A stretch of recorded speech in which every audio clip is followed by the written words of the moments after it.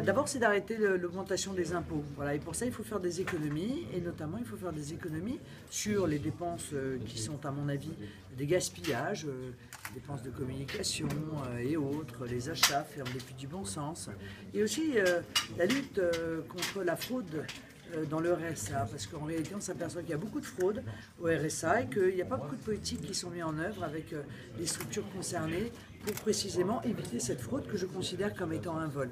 C'est améliorer l'allocation personnalisée aux personnes âgées parce qu'elles vivent dans des conditions de plus en plus difficiles, ainsi d'ailleurs bien souvent que leur famille. Il en est de même pour les personnes handicapées dont on voit que la politique d'austérité les frappe. Elles aussi. C'est assurer la laïcité, et notamment